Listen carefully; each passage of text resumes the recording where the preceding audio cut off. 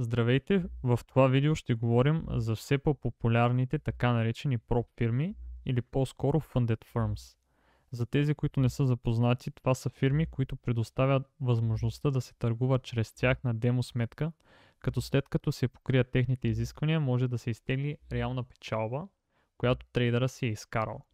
Естествено, има доста условия, които трябва да бъдат преминати преди да се постигне крайната цел, а именно прибирането на печалба от трейдинга.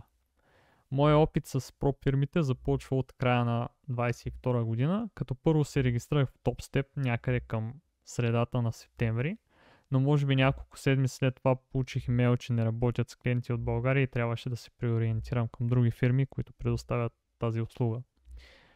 Тези с които имам опит са Earn2Trade, Apex Trader Funding и Take Profit Trader. Получавал съм изплащания и от трите фирми, така че мога да потвърдя, че в това отношение поне са легитимни. Има други опции от към фирми, разбира се, но трябва да се внимава кои от тях позволява да се търгува от България или от страната, в която се намирате в момента. Винаги проверявайте списъкът с Restricted Countries в сайта на съответната прop фирма. В тази връзка отскоро видях, че България е в списъка на Take Profit Trader, за съжаление. Своята си основа, бизнес модела на прop фирмите е изключително прост. Купувате си акаунт, покривате изискванията на съответната прop фирма, които доста често са сходни измежду различните фирми и само някои параметри се различават от тук там. След това получавате така наречения funded акаунт и вече с него отново покривате условията и може да си приберете част от изкараната сума. Детайлите, отново казвам, се различават от фирма до фирма и е редно да се осведомите и да си направите проучване преди да решите дали да се възползвате и от коя точно от тях. Забележка: прop фирмения акаунт не трябва да се счита за персонален акаунт в никой случай. Първо той е демо, второ той е собственост на съответната прop фирма. Стратегиите, които биха работили на истински ваш акаунт в лицензиран брокер, много често не биха сработили при прop фирмите, както и обратно. Това, което работи при прop фирмите, може да се окаже губещо при персоналния акаунт. Прop фирмите не могат да се мерят с свободата, която имате с истинския акаунт, но тяхната силна черта се крие другаде. Също грубо, да кажем между 100-150 долара, получавате акаунт с около 2000-2500 drawdown или сума, която може да бъде ползвана като буфер преди да си загубите акаунта. С други думи, това е добър начин за тези, които нямат необходимия капитал, но имат умения и еч на пазара. Другия бонус е, че не се сблъсквате с нуждата да покривате intraday margin при брокера. Също така все пак ви позволява да се сблъскате с емоционалния аспект на трейдинга. Имате нещо вложено, което да изгубите и нещо, което може да спечелите.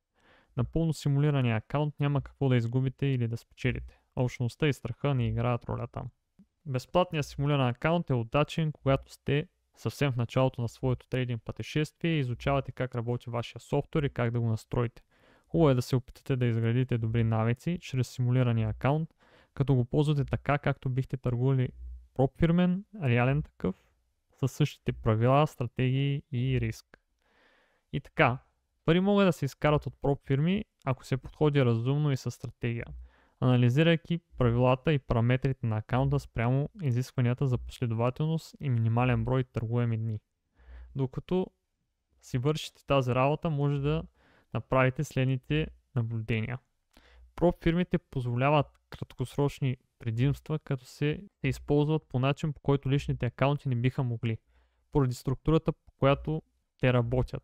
Плащаш 100 долара за акаунт, от който е с drawdown примерно 2500 и разликата между разхода и капитала за търговия създава възможността печалбите от финансирания акаунт да компенсират разходите за преминаването на теста. Прop фирмите не са същите като личен акаунт, затова планът трябва да съответства на спецификите на прop търговията. И търговията чрез тях трябва да се третира като бизнес, при който плащането за тестове са разходи, а изплащанията са доход. Както виждате, всичко това е свързано. Размерът на позициите, общия риск и целта за печалба спрямо позволените правила, особено правилото за последователност, са също толкова важни, колкото и самата търговска стратегия. Трябва да се направят изчисления, да се експериментира, да се разбере кое всъщност работи за вас и вашата стратегия. Може да мислите за това колко искате да бъдете агресивни, дали искате да спестите време, като търгувате максималния брой контракти, които са ви позволени, или да го карате бавно, все още искате да се обучите, не сте напълно сигурни в стратегията и искате да го карате по-бавно. Сметнете си колко точно капитала имате, колко точно време искате да отделите на трейдинга, като разбира се, колкото по-дълго отделите, толкова по-голям шанс да успеете в този бизнес. Лично ми отне близо 3 години само и само да тръгна да изкарвам нещо от проб фирмите. Първите 2 години само губех, така че естествено при вас може да е по-различно, но ви казвам от личен опит, че тези неща стават бавно. И така, като заключение по отношение на твоя подход има няколко възможности. Той може да работи на проб фирмен, но не е на личен акаунт. Може да работи и на проб и на личен акаунт. Може да не работи на проб акаунт, но да работи на личен акаунт. Или не работи никъде, защото все още си в фазата на обучението и си използваш безплатен или ефтин симулационен акаунт. В това отношение искам да кажа, че Apex предлагат едни от най-ефтините възможности за достъп до Live Data Feed от Rithmic или CQG, тези, които търгуват фьючерси. При намаление от 80% срещу $38 имате достъп до $2500 интрадей трейлинг drawdown за един месец. Ако пък имате късмет и получите 90% намаление от Apex, това пада на около $18-19, което е почти все едно си плащате само данните към Rithmic за месец. Спокойно може да се ползва за обучение в началото, така че може да се възползвате от услугите на Apex. Вече има други профирми, предлагат конкурентни решения за тези, които са по-опитни в трейдинга, имат няколко вече години зад гърба си и могат да намерят по-удачен вариант.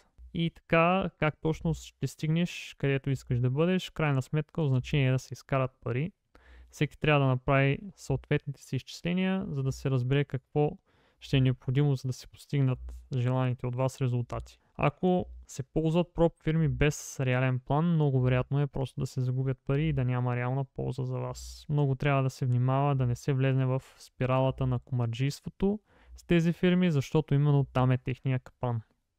А в зависимост от това какво правите, проб фирмите могат да бъдат по-трудни или по-лесни от личен акаунт. Могат да бъдат изключително ценен способ, но също така дупка за пари. От всеки зависи как ще процедира с тях и ако въобще реши да го прави. Всичко хубаво и до другия път.